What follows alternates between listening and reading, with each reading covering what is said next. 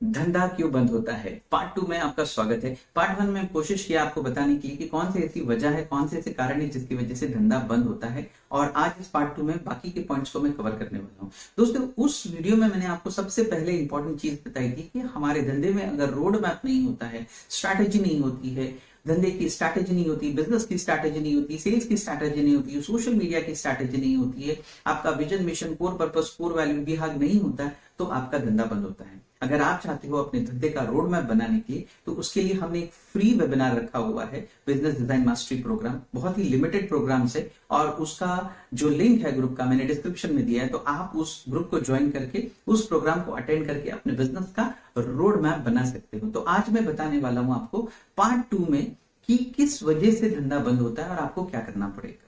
तो सबसे पहले इंपॉर्टेंट चीज है communication skill. Yes my dear friend, आपका कम्युनिकेशन स्किल बहुत इंपॉर्टेंट है। धंधा करने के लिए आपको, जो आप लोगों के साथ में कम्युनिकेट करते हो, कम्युनिकेशन स्किल बहुत जरूरी है। और कम्युनिकेशन स्किल में सबसे पहली स्किल है listening skill. Yes my dear friend, सुनने की स्किल होनी चाहिए कि आपका कस्टमर आपसे क्या बात करना चाहता है। ऑफलाइन पे, ऑनलाइन पे आप सुनिए, आप उसको समझिए, आप उसकी प्रॉब्लम को समझिए, आप उसकी नीड को समझिए, और फिर उसके साथ में कम्युनिकेट कीजिए। हर कोई इंसान मुझे बोलता है कि धंधे में सेल्स करना बहुत मुश्किल है, लेकिन मैं कहता हूं कि धंधे में सेल्स करना बहुत आसान है, क्योंकि सामने वाला खरीदना ही चाह रहा है। आप में वो हिम्मत है क्या कि आप उसकी नीड को समझो और एक्सप्लेन करो कि इस प्रोडक्ट में आपको जो चीज चाहिए वो है। अगर आप उसको समझा पाए अपने कम्युनिकेशन स्किल से, तो वो आपका प्रोडक्ट क्यों नहीं खरीदेगा, क्योंकि everybody wants to buy something. तो वो आपका प्रोडक्ट क्यों नहीं खरीदेगा, इसलिए आपकी कम्युनिकेशन स्किल बहुत अच्छी होनी चाहिए। अगर आपकी कम्युनिकेशन स्किल अच्छी है तो डेफिनेटली आप अपना जो माल है बहुत अच्छे तरीके से बेच सकते हो, और कभी भी आपका धंधा बंद नहीं होगा। देखो, इसके लिए मैं हमेशा कहता हूं कि ऊपर वाले ने हमें एक जबान दिया है जो कि बंद है, और दो कान दिया जो कि खुले, इसलिए ज्यादा सुनो, और सुनने के बाद में अच्छा बोलो, अच्छे तरीके से बोलो, सामने वाले को कन्विंस मत करो, एक्सप्लेन करो, उसकी प्रॉब्लम को सॉल्व करो। और अगर आपने उसके लाइफ में वैल्यू क्रिएट की, तो वो आपका परमानेंट कस्टमर बनेगा, वो आपको छोड़ के नहीं जाएगा। सेलिंग स्किल सीखिए।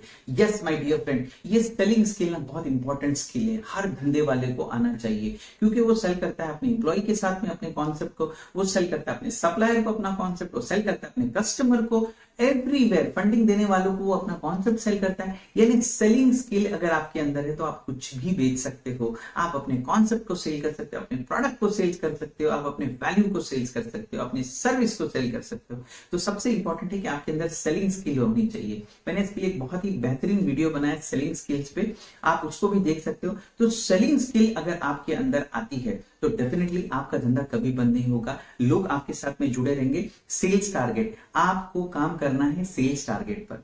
सेल्स का टारगेट होना चाहिए, आपका डेली टारगेट होना चाहिए, वीकली होना चाहिए, फोर्टनाइटली होना चाहिए, मंथली होना चाहिए, क्वार्टरली होना चाहिए, हाफ ईयरली होना चाहिए, ईयरली होना चाहिए, आपका सेल्स टारगेट। और सेल्स टारगेट के लिए पागलों की तरह काम करो। साल का टारगेट अचीव करना है तो डेली टारगेट अचीव करना बहुत जरूरी है। एवरी डे आप काम करो, कितने लोगों को आप नॉक कर रहे हो, और कितने लोगों के साथ में आपका क्लिक पर रेशो, यानी 10 लोगों को क्लिक किया और एक सेल्स हो रहा है, और आपको 10 सेल्स चाहिए तो आपको 100 लोगों को मिलना पड़ेगा, 100 लोगों को आपको टारगेट करना पड़ेगा। अकेले नहीं कर सकते तो टीम बिल्ड करनी पड़ेगी, आपको टीम को डेवलप करना पड़ेगा, फ्रीलांसिंग में लोगों को सेल्स को लाना पड़ेगा। तो यहाँ आपको एक सेल्स टारगेट क्या करना पड़ेगा, बनाना पड़ेगा। नए कस्टमर को लाने का चैलेंज, हर बिजनेसमैन को नए कस्टमर को लाने का बड़ा चैलेंज होता है कि नए कस्टमर को हमेशा कैसे लाते जाए। लाना बहुत इंपॉर्टेंट है, क्योंकि कंपटीशन इतना बड़ा है, आपका कॉम्पिटिटर बैठा हुआ है डिस्काउंट देने के लिए, सर्विस देने के लिए। उस सिचुएशन में आपको क्या करना है, नए कस्टमर को लाना है। और जब आप नए कस्टमर को लाते हो तो पुराने कस्टमर को भी टिकाना जरूरी है, क्योंकि नए कस्टमर को तो हम क्या करते हैं,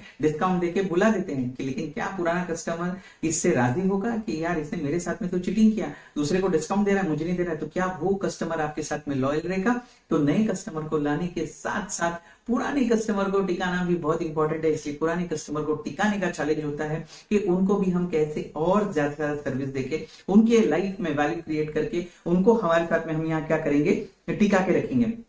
7 जनरेशन बिजनेस के बारे में ना सोचना, दोस्तों अगर आप धंधा शुरू करते हो तो ये सोचकर शुरू करो कि ये धंधा 7 पीढ़ियों तक चलने वाला है। इतनी बड़ी सोच के साथ में, इतने बड़े विजन के साथ में आपको उतरना पड़ेगा, तो ही आपका धंधा टिकेगा, अदरवाइज आपका धंधा बंद हो जाएगा। आपको ये सोचना बहुत जरूरी है कि मेरा ये धंधा 7 बिजनेस जनरेशन पे कैसे चलेगा। अगर आपने 7 बिजनेस के लिए काम किया तो एटलीस्ट आपके लिए तो ये धंधा कभी बंद नहीं होगा, या एक जनरेशन चल जाएगा। मींस जब आपकी सोच बड़ी होगी, जब आपके विचार बड़े होंगे, तब आप क्या कर सकते हो, आप इस बिजनेस को आगे लेके जा सकते हो।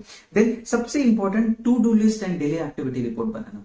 धंधा उनका बंद होता है जो अपना टू डू लिस्ट नहीं बनाते हैं कि आज पूरे दिन में क्या करने वाला हूं, इस हफ्ते में क्या करने वाला हूं, इस महीने में क्या करने वाला हूं। जब आपके पास में टू डू लिस्ट होती है तो आपका काम जो है वो टाइम पे कंप्लीट होता है। आप अपने कामों को बहुत समय पर करते हो क्योंकि आपके पास में टू डू लिस्ट होती है। 10 से 11 मुझे ये काम करना है, 11 से 12 मुझे काम करना है, तो आपकी काम की लिस्ट होती है और लिस्ट आप जल्दी जल्दी कंप्लीट करते जाते हो। जो अर्जेंट और इंपॉर्टेंट काम होते हैं उसको पहले करते हो, जो लेस अर्जेंट और लेस इंपॉर्टेंट है उसको बाद में करते हो। और शाम में डेली एक्टिविटी रिपोर्ट बनाना कि बॉस मैंने पूरे दिन में इतनी टू डू लिस्ट बनाई थी और ये काम कंप्लीट हुआ कि नहीं हुआ, तो that is called daily activity report. और जब आप डेली एक्टिविटी रिपोर्ट बनाते हो तब आपको क्या होता है, पता चलता है कि मैंने 10 कामों को सिलेक्ट किया था, उसमें से 7 कंप्लीट हुए, मेरे 3 काम पेंडिंग है, तो इस 3 कामों को मैं क्या करूंगा, आगे लेके जाऊंगा। तो टू डू लिस्ट बनाना और डेली एक्टिविटी रिपोर्ट बनाना बहुत जरूरी है।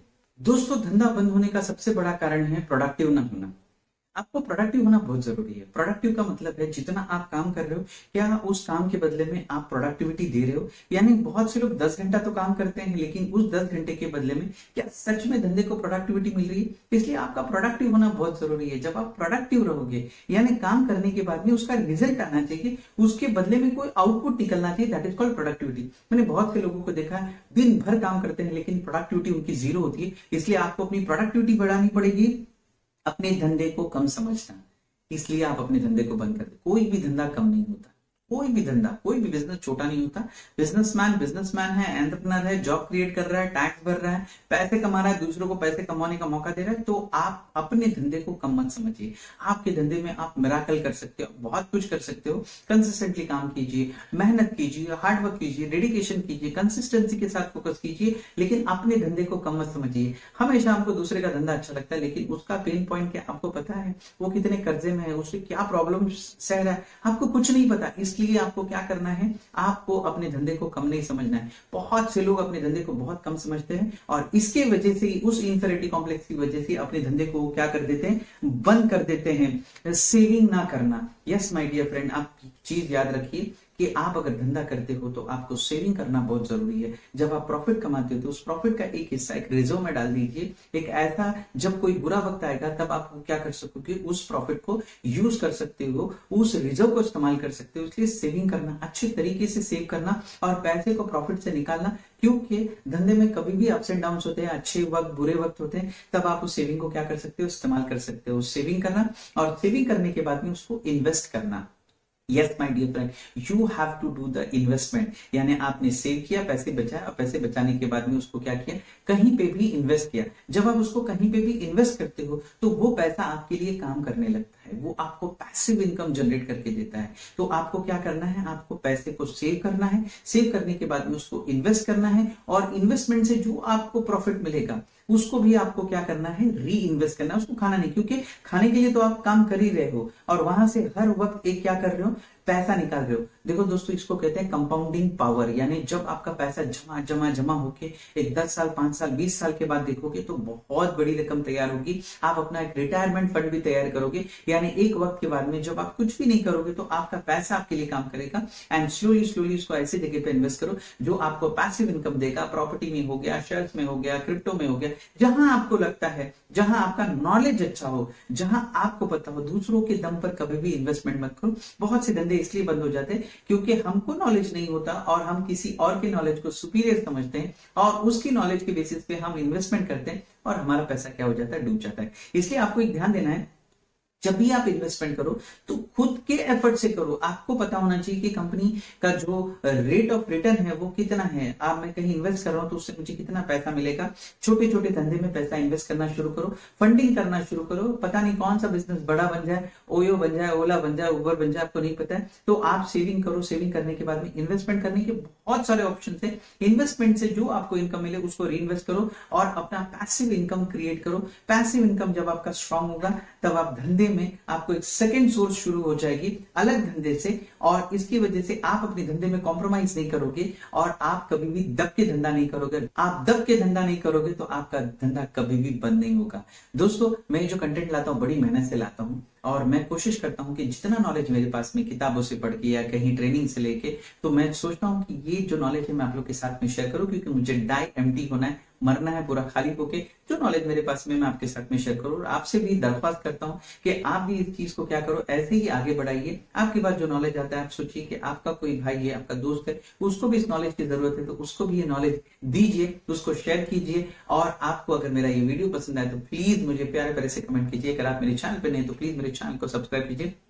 दोस्तों, मेरा नाम इरफान कौचाली है, मैं business coach, growth hacker, sales and trans motivation speaker और आप लोग का दोस्त। मेरा काम हो गया, अब आपकी बारी। इसे शेयर करो फटाफट फटाफट अपने दोस्तों के साथ में, अपने लव्ड वन के साथ में, और मुझे कमेंट करो और लाइक करो। दोस्तों हमेशा हंसते रहिए, मुस्कुराते रहिए। इरफान कौचाली के साथ में दुआओं की दरख्वास्त। Thank you so much.